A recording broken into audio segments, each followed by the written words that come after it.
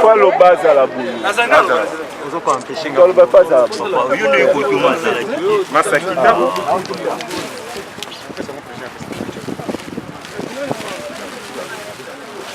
28 novembre 1998. 28 novembre 2018, ça fait 20 ans des autres à Kenda. Donc, c'est un manzenza parce que c'est un historique. Il y a un pour de la Yéba. Même si le sang est un peu de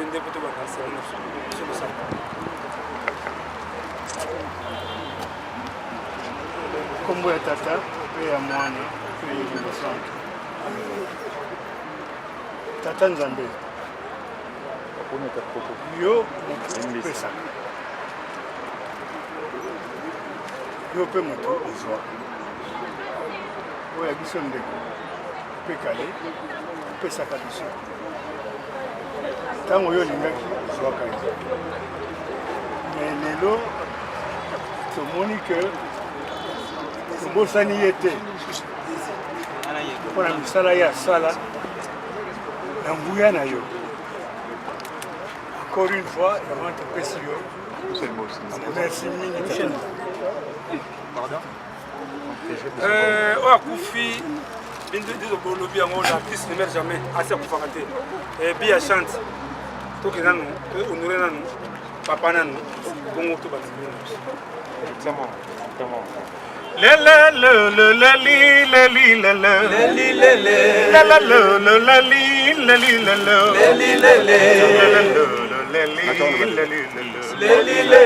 eloko lingi motema bio eloko bokoluka ezali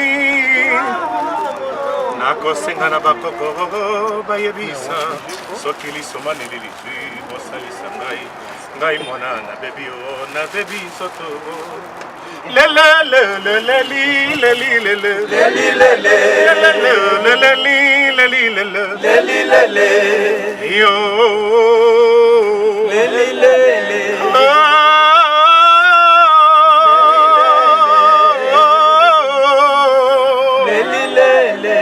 Pepe Jacale, Mami Rosa, Papi Texca moi,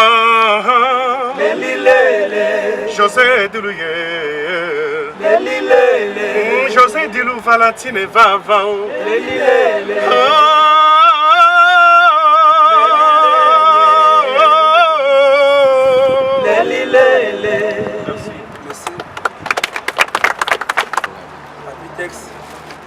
Azaka na matanga te azoka likama azoka accident azaka na matanga te mais déjà eu occasion ba déboucher mona tombe ya kale aloba ninga na yo na biso ko banda ko yembela ye na bité so ko banda ko yembela ye si mo yembela nanu parce que ça dio la bina azo yo kayo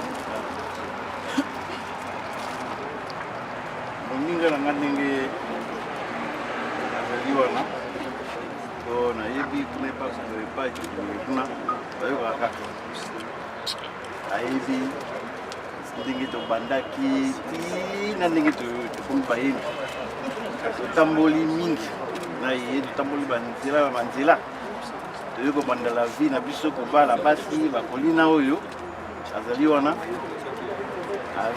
azali temo munene ya bapasi na biso na bisengo na biso ti na ndingi yo ko tika biso yo wana okei ba tobele baza koloba bio pepe kala ka akei na empire te yo ke na empire te biso nde ba totike toza pete so epai ozalaka kuna epai tokende kuna soki kopesaka makasi bisa nde makasi tosala misala wana oyo tikaki ngai na dilu na baleki na biso nyonso to bazolanda biso po ete tokoka kosunga makambo nyonso otiki na nsima parce que na yebi ke place yo ozali na mosolo bimeli kambo nini texte na dilu bakosala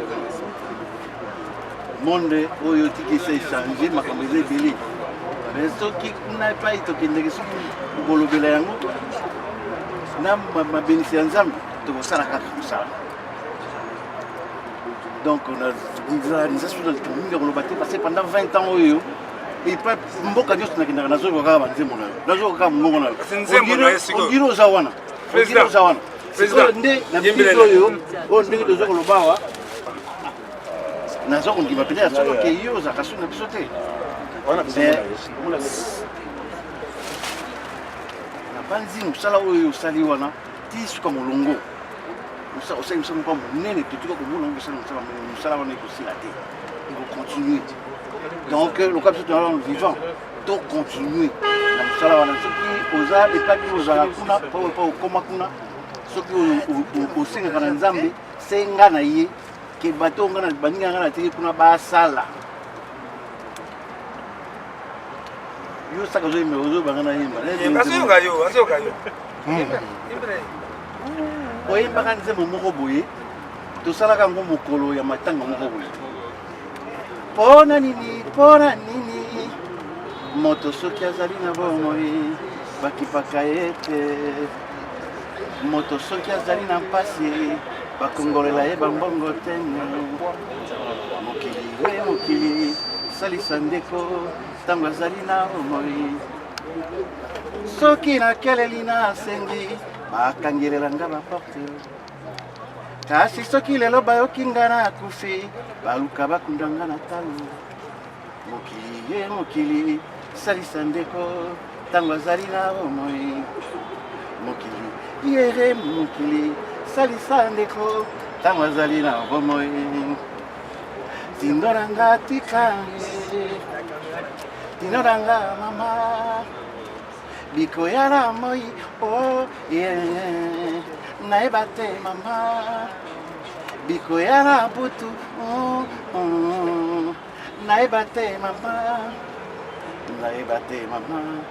onzambe soki mpe koloko ntango ndeko azali na bomoi okosalisa ye bongo ndima yongo kasi kozela te soki akufi okongolo bambongo okunda yengo na talo nyonso wana depense ya pamba ye ya mpanesi ya kili mwana mongolo tinolanga tikange tinolanga bikoyala moi nayeba te mama bikoyala butu nayeba te mama. Merci à tout maboko en tout cas. En tout cas, tous allez les singo comment la mission baza représenter na ninga na bango deuxième bosse en tout cas deuxième bosse beaucoup ça na un mot depuis que la zone.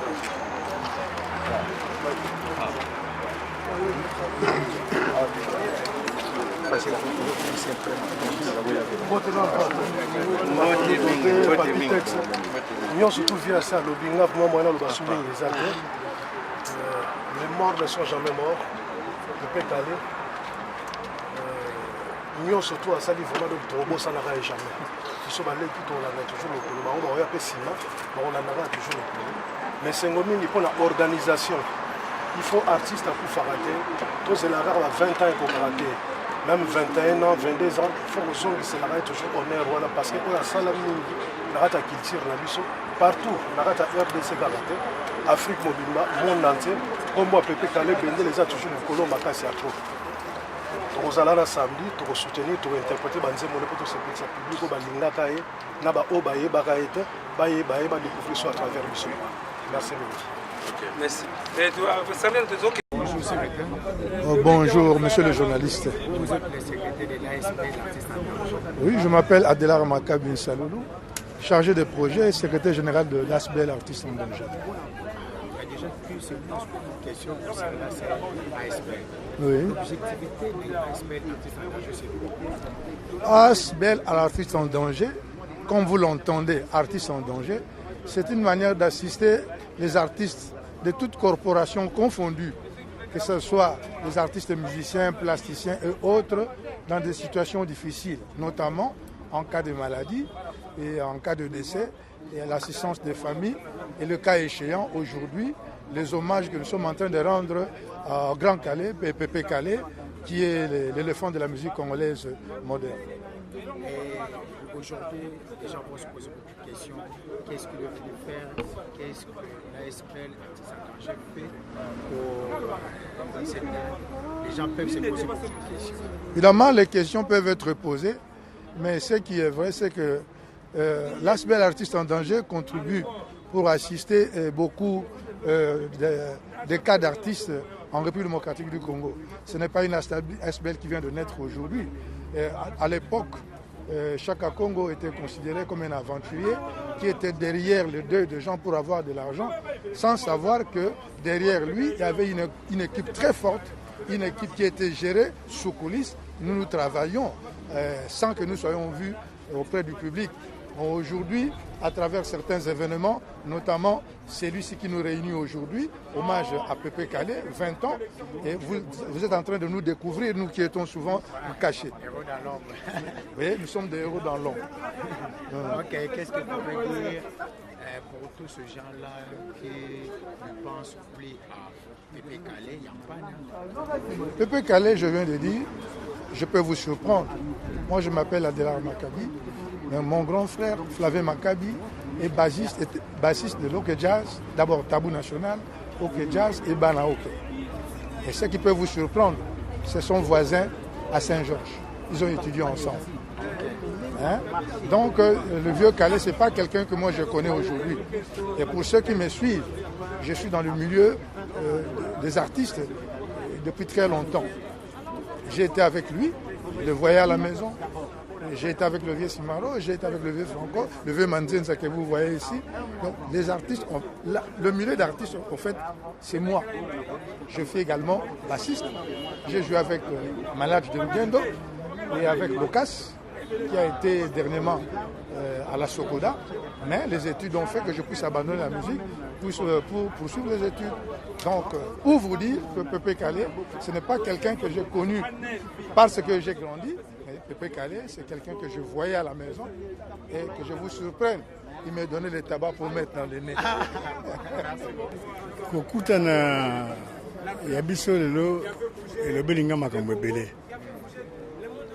Erapele ngai motu oyo ntango azalaki nano jeune. Ntango azalaki nano oyo bino ndenge boyebeli ete ayaka mokolo moko na répétition ya orchestre na ngai Myosotis. Aye bayazalaki ye na baninga na ye mibale Papitex na Sule.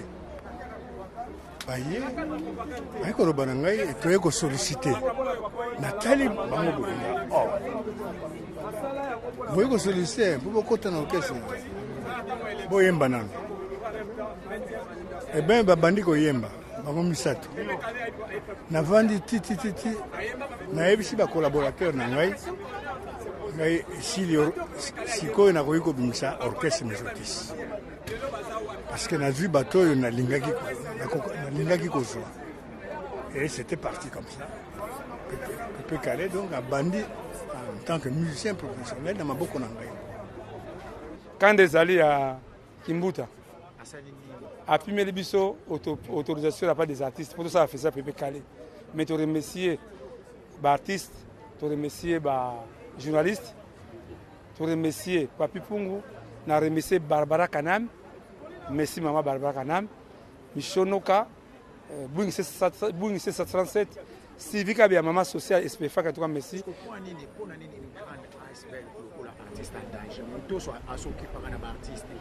Aujourd'hui, ça m'a fait du bien d'écouter Manzenza, les managers. Mais bon, bango na Congo tout est politisé.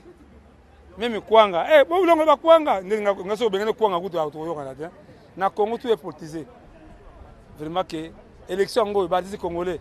Moni nzala boyemela so bango lisusu ka ma mingi yango bonite yango retireno te na baki déjà na baki nanga déjà ado pancho na baki nanga déjà za aventure dit ce toi merci vraiment après on ne pas des artistes qui ont dévoilé paquet Pépé Calé na remercier Dilou mon Papitex en tout cas merci presse en tout cas na seconde vie makasi. Je ne sais pas, tout à l'heure, peut-être que disponibilité attente ou bien peut-être informé. Je me suis senti obligé d'inviter déjà Nzela invité à Moto. Tel est mon pub na télévision pour un respect à grand prêtre, le plus grand chanteur Pépé Calé. yango moni ke na me déranger nga moko personnellement pour que na une équipe na ngai quoi. Pour souvenir, tangela biso ta des souvenirs pour garder pour la Kamasele. Ba souvenir ya liboso nano eza ke aza mutu azalaki vraiment aimé na niveau ya monde entier, na niveau ya Afrique mobimba. Azali mutu moko boye soki azo beta musique na ye avec batu azako considérer mutu tout quoi. Au moins l'air moko azana Emoro, l'air moko azana joli bébé, l'air moko azana batamilai, l'air moko donc azali mutu moko to benga loko papa social na kata culture ya musique na biso. Lelo eza question biso communicologue eza vraiment monsieur Missa pour soit ba commémorer Missa moko boye ba collègue biso pour bete ba kosenga ba vélo pour nous attaquer leader parce que eza ntina biso.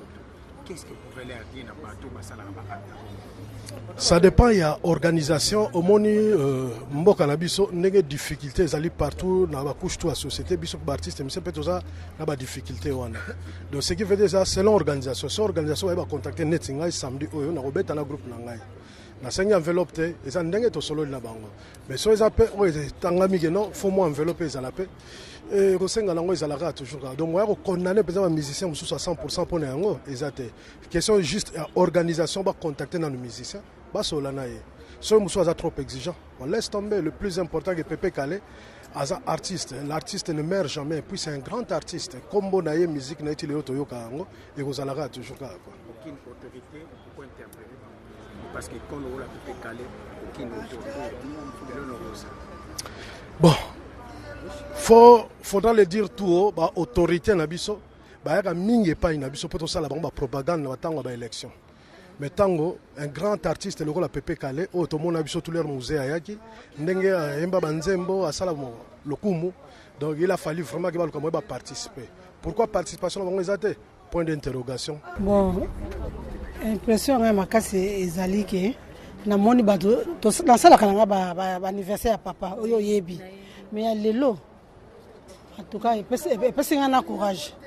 Il peut avoir courage, surtout bino presse. Jamais presse à Tikangaï. Bino presse, au bout. Tant de boutons diawa. D'autant bino presse, pour l'équipe artiste et musicien. Et là, on est pressing sengo, naïbike, Pépé Kalé Zaka bino. Pépé Kalé besoin à cœur. Si vous avez à cœur, vous avez besoin de bino, vous avez pas Pépé Kalé Zaka. Oui, il est 20 ans. Et ça, il y a un papa, c'est ça, il y a un temps où la Jacques le 28 au Raisonnani. Chaque le 28 na Raisonnani. Car on dit que papa tikanga. Tous arami balé, mais date wana, c'est symbolique. Moi, je bosse à l'ango exact. Surtout sur de côté année musus. Sur le mois de novembre, le 1er novembre, palpitation bande. Naza malade. Oui, Nazobela. Ok, oui.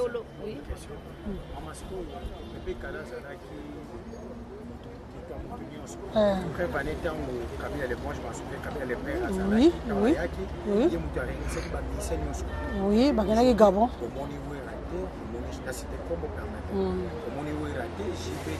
Les autres, même pas autorité, il y a autorité politique. Et ça, il y a l'attaque. Bon, et ça, il y a bien été. En tant que maman, réalité, il y a Bazoki Mikanda, Baïbi qui peut faire le 28, oui. Mais les lois autorités à mon côté. Ça y peut geste. Ça y peut geste de mon côté. Oui.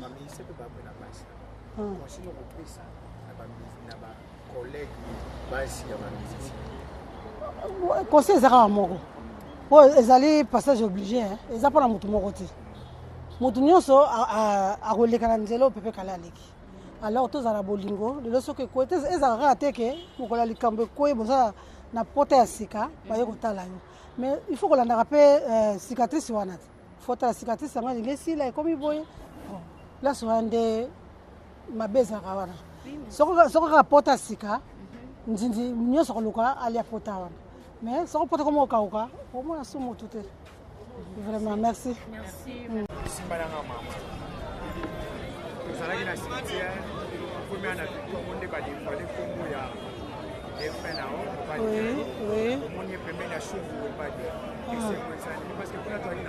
Mawa.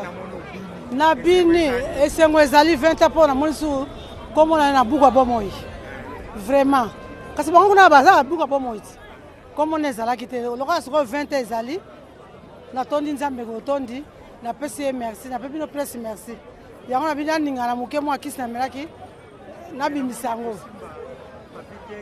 vraiment nakanisi yango ndenge tango tozalaka merci